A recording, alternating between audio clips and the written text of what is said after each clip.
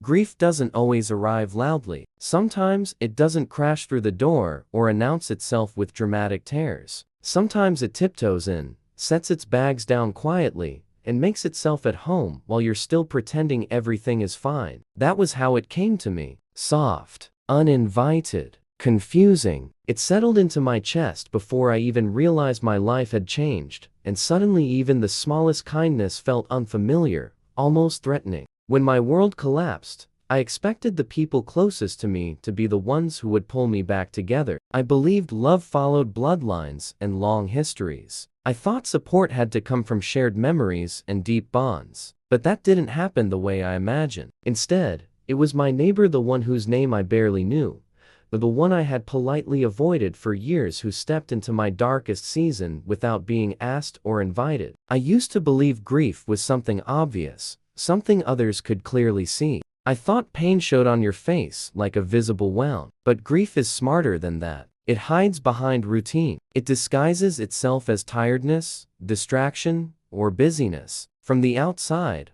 my life still looked normal. I still locked my door every morning, still smiled politely in the hallway, still nodded when neighbors passed by. Inside, though, everything was collapsing. My thoughts felt heavy, slow, and disorganized. Silence followed me from room to room like a shadow I couldn't outrun. Nights stretched endlessly, and mornings arrived without relief. I didn't want company, yet I didn't want to be alone. Every sound startled me. Every quiet moment hurt. Grief made me suspicious of comfort because comfort felt undeserved. I had lived next to my neighbor for years, sharing walls, ceilings, and the occasional awkward elevator ride. We exchanged polite smiles, brief greetings, nothing more. I kept my distance, not out of dislike, but out of habit. I believed in emotional boundaries. I believed everyone had their own problems, their own lives to manage. Neighbors were background characters, not people meant to step into your pain.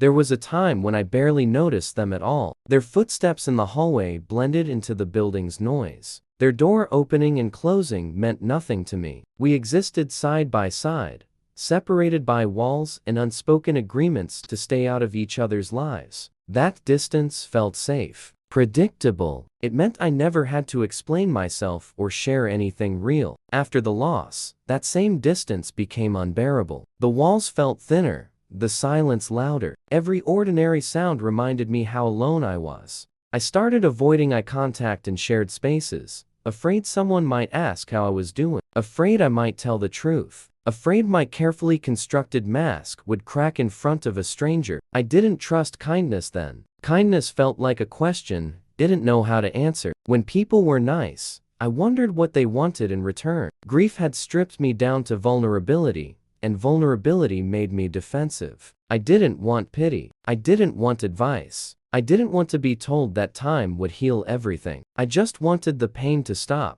So when I heard the knock on my door that evening, a first reaction wasn't relief. It was fear. My body tensed. My heart raced. I stood frozen, staring at the door as if it might disappear if I ignored it long enough. A knock meant interaction. Interaction meant effort. Effort felt impossible when just breathing already took everything I had. I remember wondering who would knock without texting first. Who would interrupt my carefully managed isolation? Part of me hoped it was a delivery, something impersonal that required no conversation. Another part of me feared it was someone who could see through me, someone who might notice how broken I was beneath the surface. When I finally opened the door, I wasn't prepared for what I saw. There was no urgency, no dramatic expression, just my neighbor, standing there with the quiet, gentle presence that didn't demand anything from me. Their eyes didn't search my face for explanations. They didn't ask intrusive questions. They simply stood there,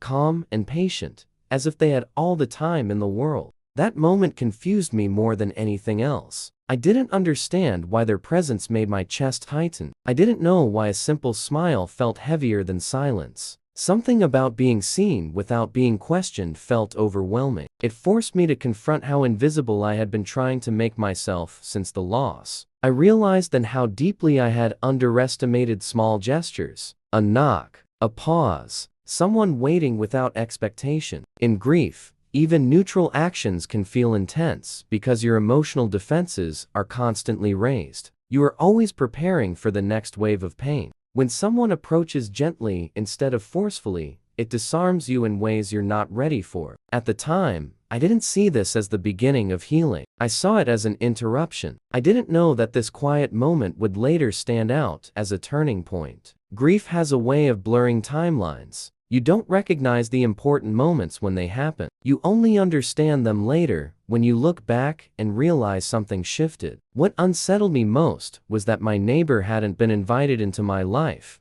They hadn't been given permission. They had noticed something was wrong and acted anyway. That challenged everything I believed about boundaries and independence. I had spent years convincing myself that asking for help was weakness. Now, someone was offering it without being asked. There is something deeply humbling about being cared for when you believe you don't deserve care. Grief convinces you that your pain is a burden, that your presence is heavy. In that moment, standing in my doorway, I felt exposed. I felt seen in a way that didn't require explanations or justifications. That scared me more than being alone ever had. I didn't understand why my neighbor noticed me when others didn't. I didn't know what they saw through the walls that everyone else missed. Maybe it was the lights on at odd hours. Maybe it was the absence of familiar sounds. Maybe it was just intuition. Whatever it was, it made me question how often we overlook quiet suffering in our daily lives. For a long time,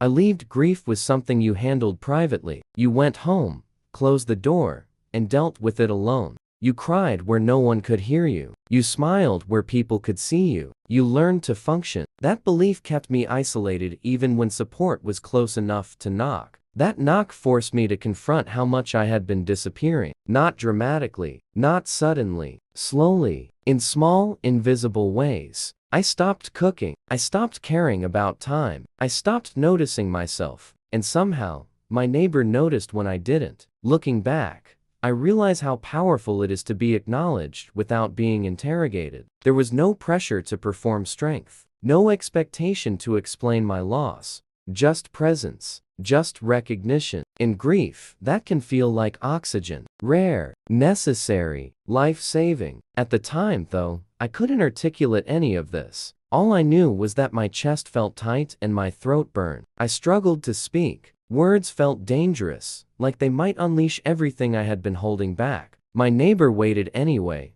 unhurried, unbothered by my silence. Silence can be uncomfortable for people who don't know pain, but for those who live inside it, silence can be safer than words. My neighbor seemed to understand that instinctively. They didn't rush to fill the space. They allowed it to exist, which somehow made it less heavy. That was the first time I realized healing doesn't always arrive as a grand gesture. Sometimes it arrives as restraint, as knowing when not to speak, as choosing not to fix what cannot be fixed. Grief doesn't need solutions. It needs space to breathe. I didn't thank them properly that day. I didn't say much at all. I probably seemed distant, even ungrateful. But kindness doesn't always require acknowledgement to be real. Sometimes its impact happens quietly, long after the moment has passed. After the door closed, I leaned against it and slid down to the floor. My hands were shaking, not because anything bad had happened, but because something gentle had entered a space I had been guarding fiercely. That gentleness unsettled me in ways I couldn't yet explain. I stayed there for a long time,